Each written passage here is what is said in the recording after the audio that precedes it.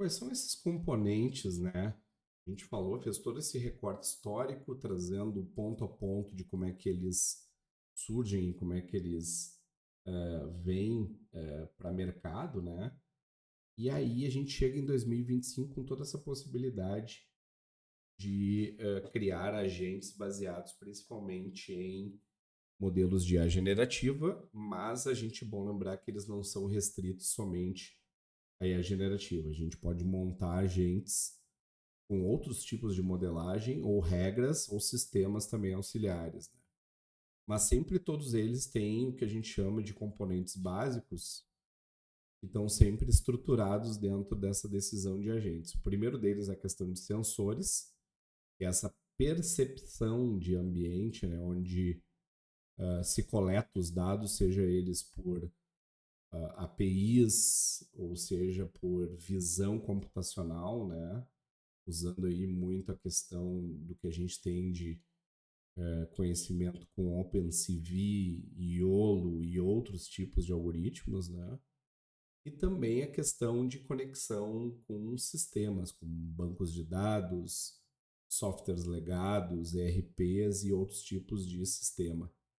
Esses sensores são muito importantes porque vão eles que vão nos dar todo tipo de capacidade para o que a gente chama de processamento límbico, né? Ou seja, o reasoning, toda essa questão neural que tem, cerebral do agente, que a gente estamos percebendo que está aumentando cada vez mais, e é a questão de interpretação correta dessas percepções, porque quando eu interpreto corretamente aquilo que eu estou recebendo dentro de um conjunto de instruções, regras, linguísticas, heurísticas e possibilidades, eu consigo entender muito bem como agir e tomar decisão, né? Ou seja, mesmo desde um sistema baseado em regras simples, ou seja, se atingiu 30 graus, desliga, ou até modelos de aprendizagem de máquina mais complexos que eu posso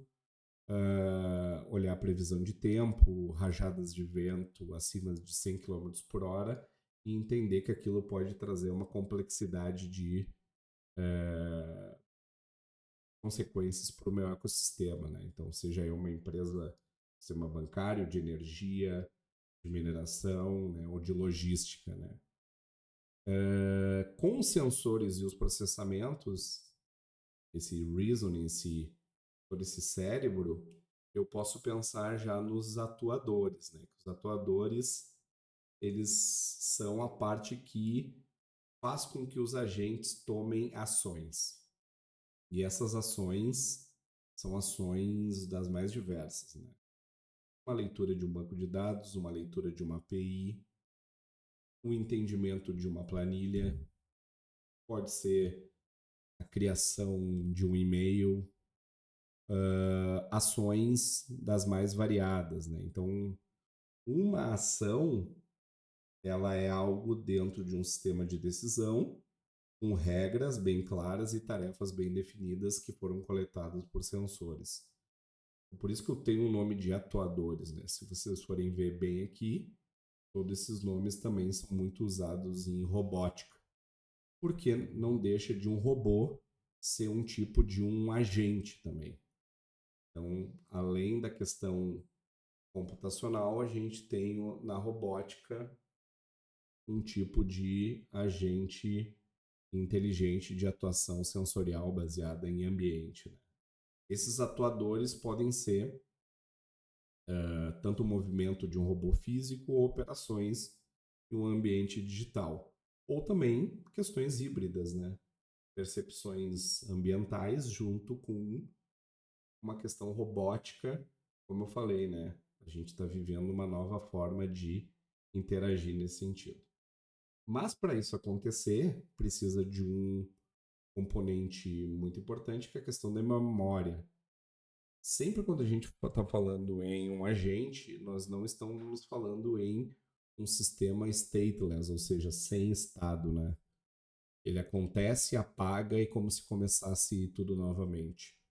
A gente está falando de um sistema que tem memória persistente e que dentro de uma thread ou dentro de um range de ações, ele entende o que aconteceu num passado e o tamanho desse passado vai importar muito para como ele tome ações em um estado atual de coisas. Isso é bem importante para a gente definir qual é o tamanho dessa memória, qual é a robustez que ela vai ter, como é que ela vai armazenar essas informações, se as informações vão ser baseadas em sessões, threads, eventos, capacidades dinâmicas, né?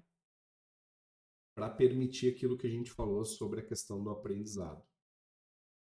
A memória é um componente essencial quando a gente está falando de aumento de complexidade, adaptação e dinamismo dos agentes. Com isso, a gente consegue ter uma percepção muito mais realista do que pode ser feito e principalmente do que a gente consegue chegar em termos de avanço desses agentes, tá bom?